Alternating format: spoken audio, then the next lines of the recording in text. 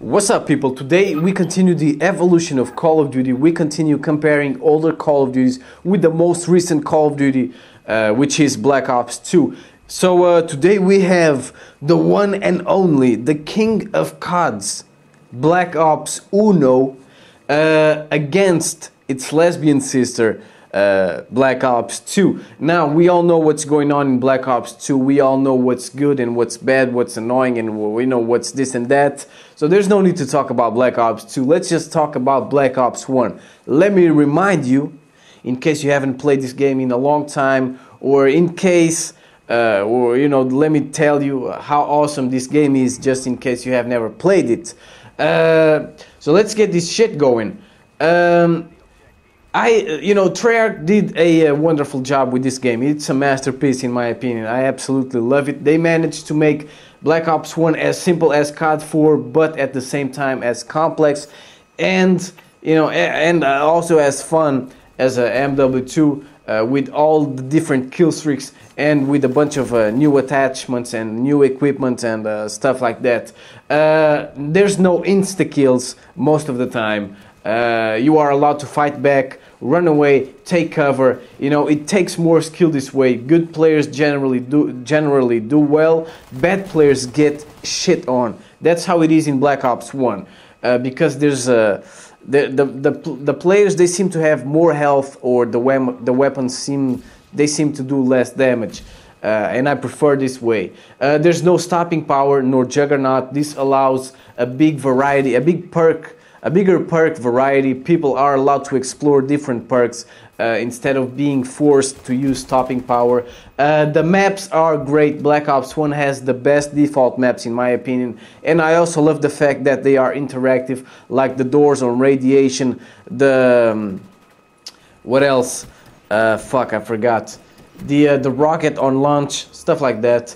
The maps, I don't hate a single map in a Black Ops 1. There's not a carrier, there's not an overflow, there's not shit maps like that. There are the maps that I love and the maps that are okay. The maps that I love are Jungle, Radiation, Summit, WMD, Grid, Firing Range, Nuketown, Havana, and Launch. And the maps that are okay are Annoy, Cracked, Array, Villa, and Crisis. The perks are great. I feel that we have all the perks we need on this game. Ghost and Flag Jacket are the most overpowered. There's a Last Stand, but that's a perk for noobs. Only noobs use that shit. And if you use that perk, you are not able to use Tactical Mask, which is in the same tier, in the same perk tier, category, whatever. And therefore you will be raped. You'll get raped by flash grenades.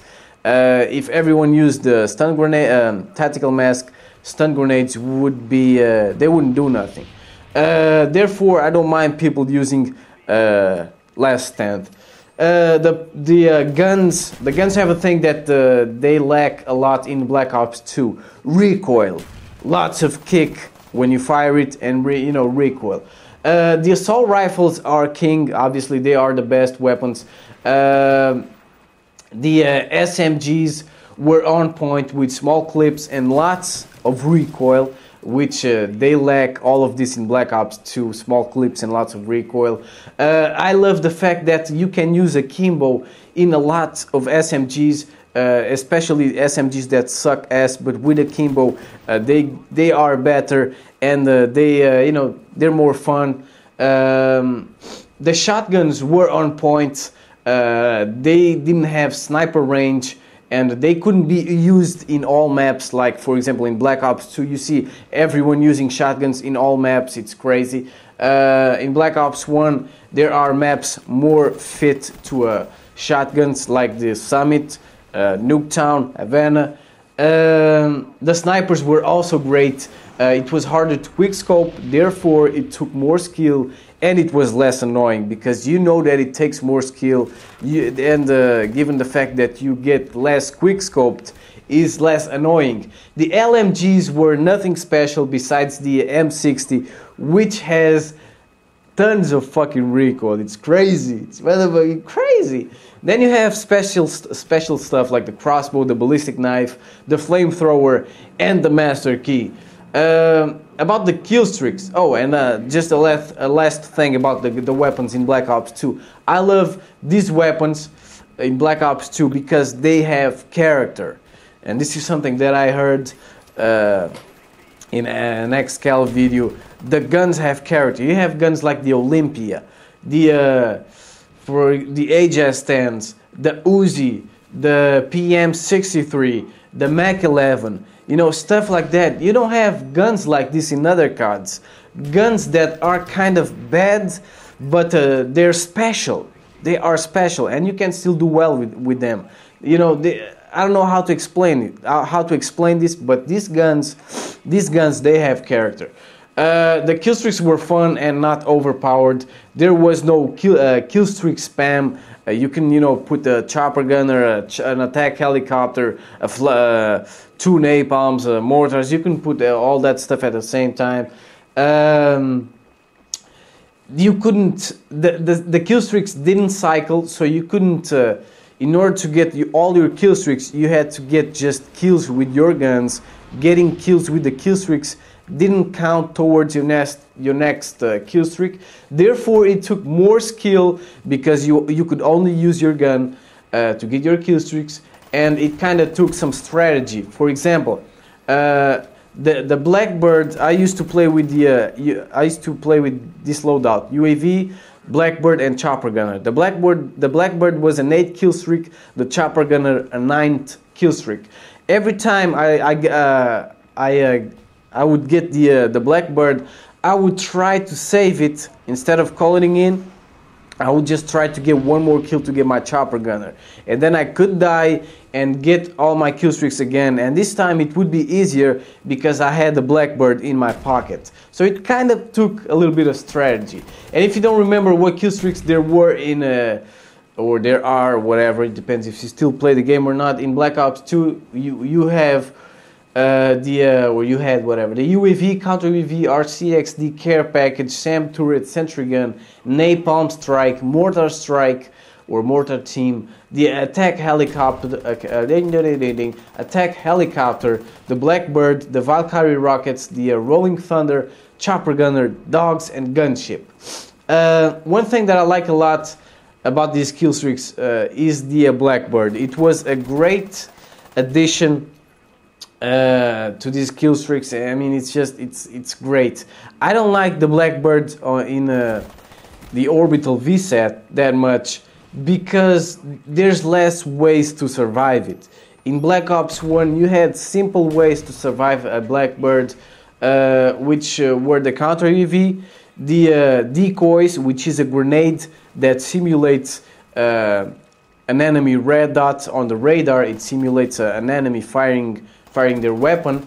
And why were decoys awesome? Because if you used Warlord and Scavenger, you had 3 decoys right off the bat, and then with Scavenger you can keep resupplying your decoys. Therefore, with 3 decoys in the minimap, it would be more confusing to the enemy. So decoys were awesome. And finally, the jammer, which is an equipment you put on the ground and it jams the area around it.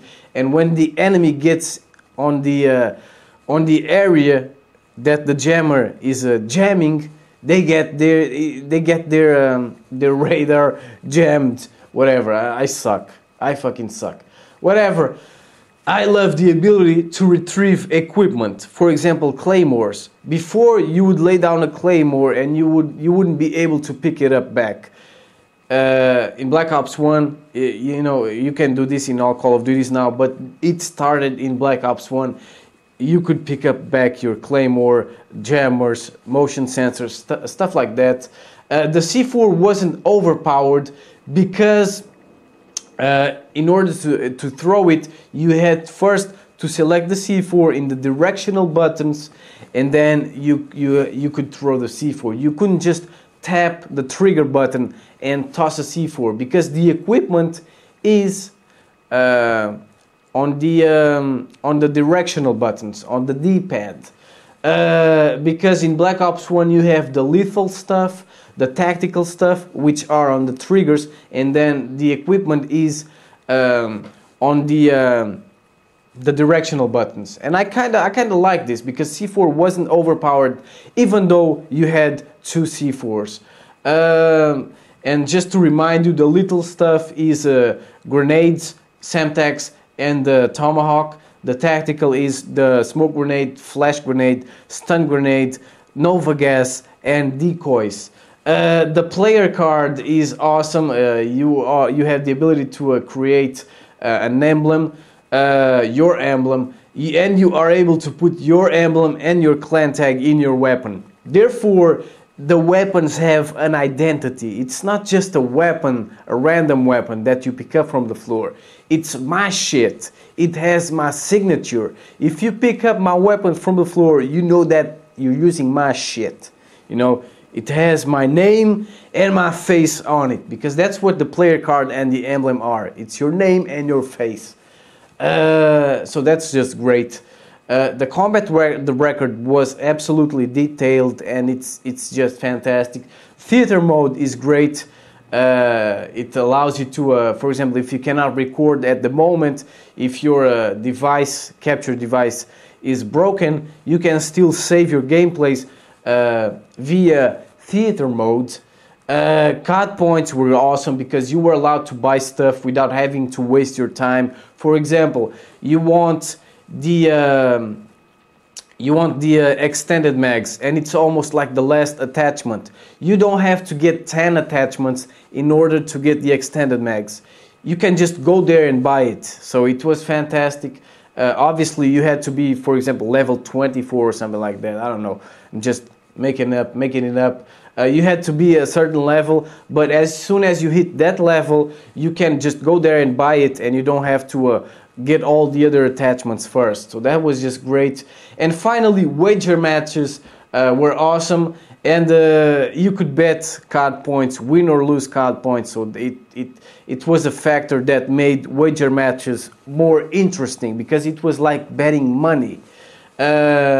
Oh, and in order to buy stuff, you had to get COD points. So if you didn't have COD points, you couldn't buy a perk, you couldn't buy equipment, you couldn't buy shit like that.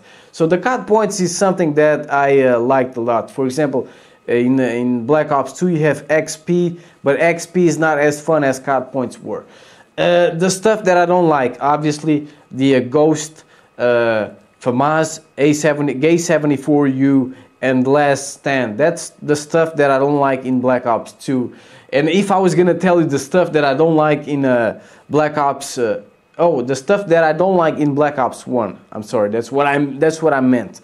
If I was gonna tell you the stuff that I don't like in Black Ops 2, I mean, I would stay here at least 1 or 2 minutes talking. But in Black Ops 1, it's just 4 things, so it's incredible. So yeah, guys, and one thing that will help you see if this game is better than Black Ops 2 is, for example, the map Nuketown. In Black Ops 1, Nuketown plays great. In Black Ops 2, it's the same map, it just has a different skin, but it's terrible. Everyone hates it. Why? I'll leave that to you. So don't forget to tell me, in your opinion, which one of these two is the best Call of Duty. Black Ops 1, Beast Ops Uno, or Black Ops 2. So I hope you enjoyed this video. I will see you next time.